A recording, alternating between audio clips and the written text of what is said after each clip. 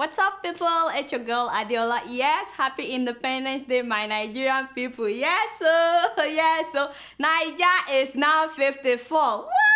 Oh my God, if only we'll start acting like it. Yeah, as far as I'm concerned, there is nothing really to celebrate. Well, the locomotive trains, and the air-conditioned trains in Lagos. Yeah, we should celebrate that. And we now have the first wheelchair accessible ATM. Finally, now people on wheelchair can go and withdraw their money in one bank in the whole of Nigeria. How wonderful is that? I'm very proud of all these accomplishments, but apart from that, there is nothing really to celebrate. When I feel safer in another country than my country. In fact, security was better when I was younger. Naira had more value when I was younger. Remember the one Naira, 50-50 cover, you buy candy, sweets, 50-50 cover, and unemployment rate wasn't this high. Besides, only the president and his family and the vice president and his family are now the ones celebrating the Independence Day inside Aso Rock. We used to have a parade at Eagle Square. What happened?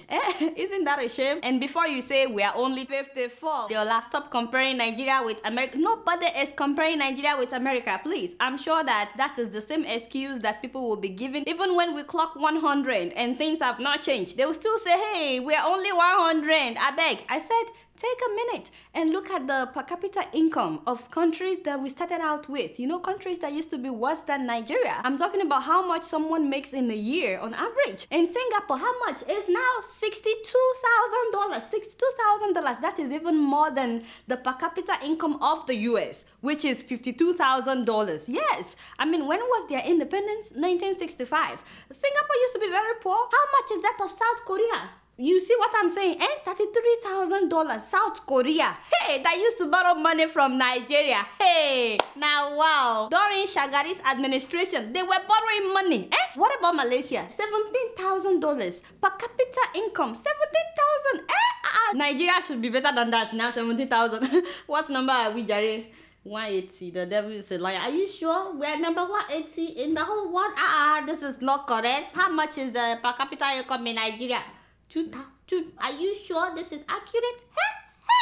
2,800. Niger, what do you now? Now only you waka come. How much is Namibia? Let me look at other African countries. $8,000 is the per capita income in Namibia. You are sure? What about Ghana? Our next door neighbor, Ghana.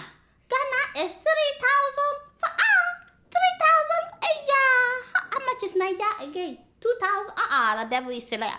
I'm sure that in some states in Nigeria, like Lagos, like Abuja, I'm sure that the per capita income would be much higher than that. Probably at least $10,000. I don't know, because people are making money in those states. But if you don't develop the whole country, if you only develop a few states, you can't escape numbers like this. So what are we celebrating? 54 years of the per capita income being 2,800 when, oh God, please. 30 years ago, how many of you know of Dubai and the whole United Arab Emirates? And today, if you are somebody in Nigeria, where do you go for your wedding? Dubai? In less than 30 years, these people developed their countries. They developed themselves. Malaysia was struggling 50 years ago. Today, we go there to study, and you should see how some Nigerians are treated in Malaysia. Now, South Korea is making Kia cars. They're making all the Samsung products. Less than 50 years ago, during Shagari's administration, they were borrowing money.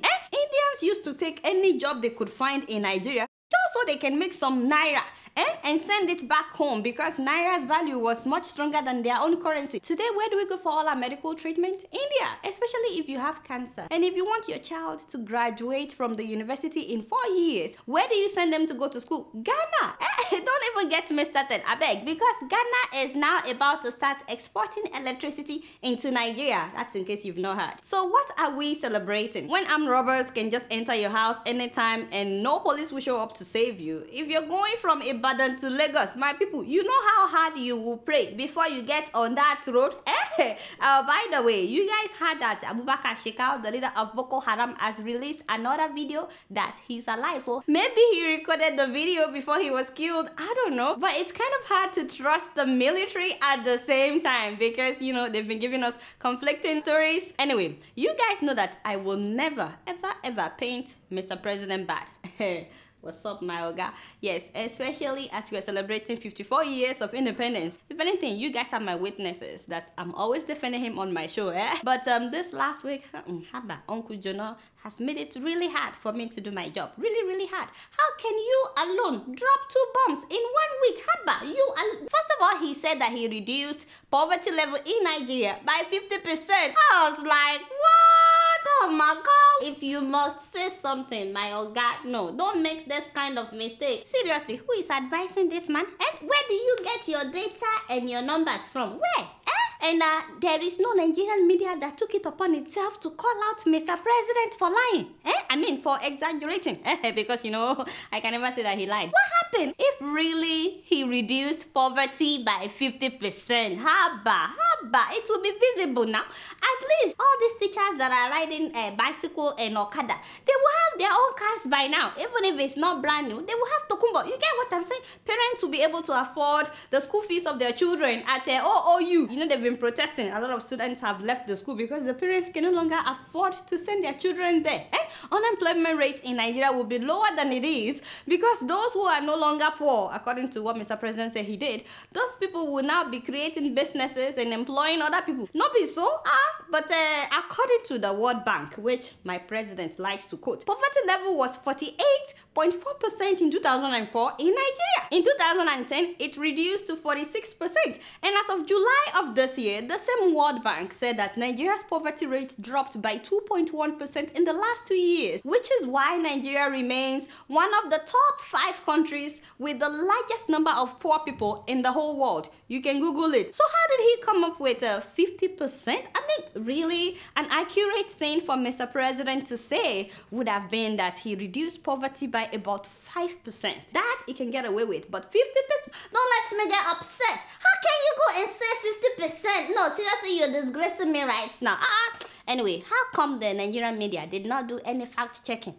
And the man is campaigning for presidency. He is a presidential candidate. Anything he says should be fact checked. And then to my shock, hey, the other bomb he dropped though. The man went and said he believes in stomach infrastructure. I said, Che, that is God's. Hey, stomach infrastructure.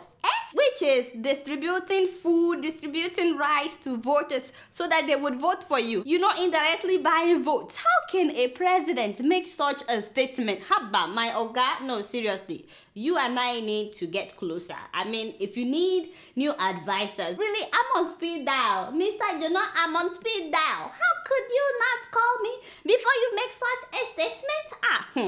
As I was saying, he said this is to ensure that voters are not hungry. So you feed them for 3 months by giving them the bag of rice, and then you starve them for 4 years. No be so? You know, if he really tackles poverty in Nigeria, he won't have to be doing stomach infrastructure in the first place. But like I said, today, I'm not here to paint Mr. President, but no. In fact, I have never done that in my life. I'm here only to celebrate with Mr. President as we clock 54, I mean, don't you just like that picture? Mama Patience, you not do well, my first lady. That is my first lady. I just love her gilly. Yes, but maybe next year, I'll find you guys a smaller knife so you can just easily cut the cake. That looks like a sword, You not do well. Guess what? I'm just keeping it real.